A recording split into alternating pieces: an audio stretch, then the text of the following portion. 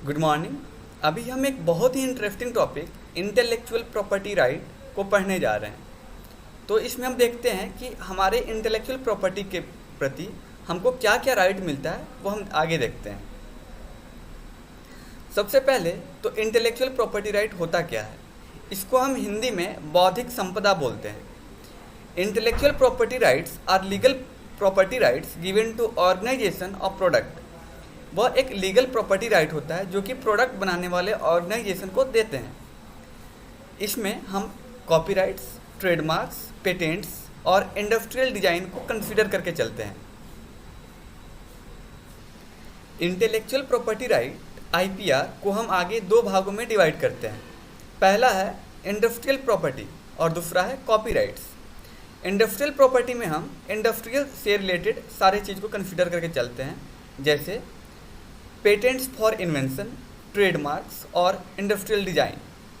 और कॉपीराइट के अंदर हम literacy works such as novels, poems, plays, films etcetera और ड्राइंग, पेंटिंग, फोटोग्राफ्स, स्कल्पचर को हम आगे कंसीडर करके चलते हैं कॉपीराइट के अंदर। अब हम बात करते हैं कि पेटेंट क्या होता है।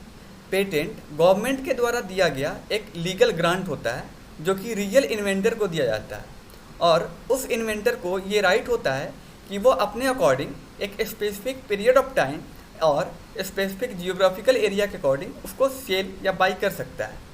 यहाँ इन्वेंशन का मतलब होता है art, process, method of manner of manufacture, मतलब कि मैन्युफैक्चरिंग का प्रोसेस या आर्ट को भी शेयर किया जा सकता है। मशीन, अपरेटस और अदर आर्टिकल्स को भी शेयर किया जा सकता है इसके अंदर। Substance produced by manufacture and include any new and useful improvement of any of them. और अगर इन दोनों में कोई भी नया इम्प्रूवमेंट आता है तो वो भी पेटेंट के अंदर ही आता है। अब हम जान लेते हैं कि पीरियड ऑफ पेटेंट क्या होता है। In respect of process patents relating to drug and food the term is 5 year from the date of selling.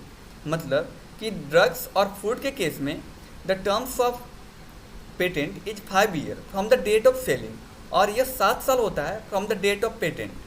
और अगर इन दोनों में से जो भी ड्यूरेशन शॉर्टर होगा वो एप्लीकेबल होता है। In respect of all other patents the term is 14 year from the date of the patent, और यह 14 साल तक एक्सटेंड किया जा सकता है। एक पेटेंट को अलाइव रखने के लिए ज़रूरी है कि उसका जो भी पेएबल अमाउंट है उसको टाइम टू टाइम पे करते रहा जाए। अब हम जान लेते हैं कि कॉपीराइट क्या होता है। Copyright is a form of protection provided to the author of original work of the authorship including literacy, dramatic, musical, artistic and other intellectual work both published and unpublished. मतलब कि कॉपीराइट जो होता है वह एक फॉर्म ऑफ प्रोटेक्शन होता है जो कि ओरिजिनल राइटर और ओरिजिनल वर्क के ऑथरशिप को दिया जाता है। इसमें लिटरेसी, ड्रामेटिक, म्यूजिकल और आर्टिस्टिक चीज़ को इंक्लूड किया जाता है। यह जो चीज़ होते हैं वो पब्लिश हो भी सकते हैं या पब्लिश नहीं भी हो सकते हैं। Words protected by copyright are as under original literacy, dramatic, musical and artistic work, cinematographic film और रिकॉर्ड्स को हम इसके अंडर कवर करते हैं।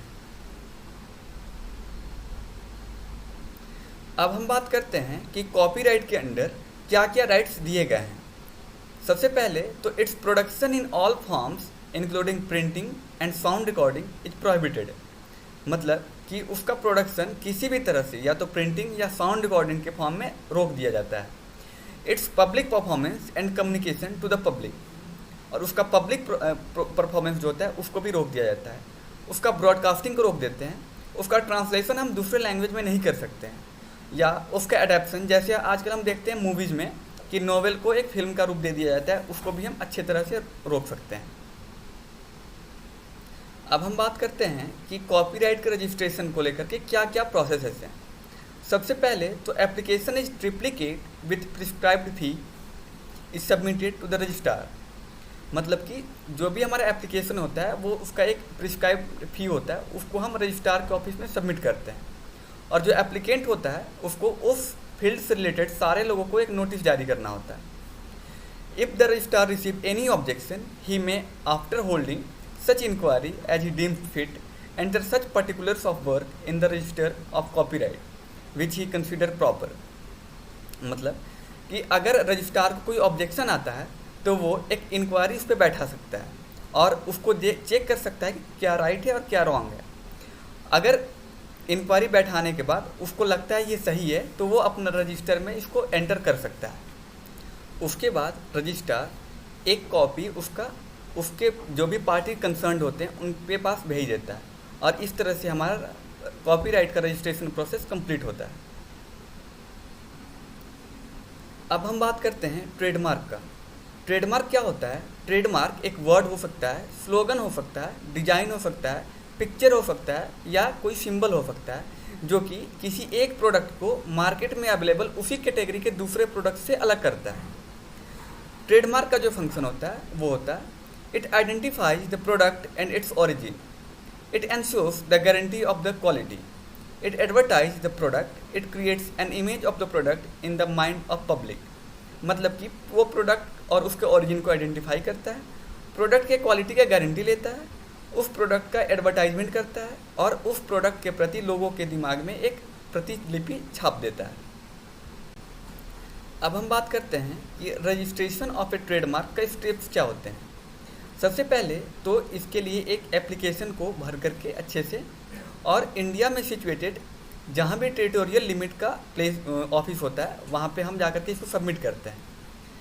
और every application for registration of a trademark shall contain a representation of the mark in the place. उस application में वो जो भी हमारा ट्रेडमार्क होगा उसका एक प्लेस बनाया होता है एप्लीकेशन में, वहाँ पे हमको बनाना होता है, यानी वो दिखाना शो करना होता है। और जब हमारा वो एप्लीकेशन एक्सेप्ट हो जाता है तो उसको ट्रेडमार्क जर्नल में हम एडवर्टाइजमेंट करते हैं। एक्चुअली हम नहीं करते हैं, वो ट्रेडमार्क एजेंसी करती है। और 3 महीना के अंदर अगर उस एडवर्टाइजमेंट पे किसी भी तरह का अपोजिशन आता है तो इसको रिव्यू किया जाता है, वरना इसको एक्सेप्ट कर लिया जाता है और ये हमारा परमानेंट ट्रेडमार्क हो जाता है।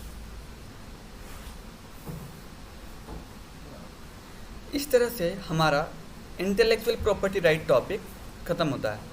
आसान्वित हूँ कि आपको ये सारा अच्छे से समझ में आया होगा और यह ना कि हमारे एग्जाम पर्पज़ के लिए बल्कि हमारे बेसिक नॉलेज के लिए भी बहुत इंपॉर्टेंट है, इसीलिए इसको ध्यान से समझें। Thank you.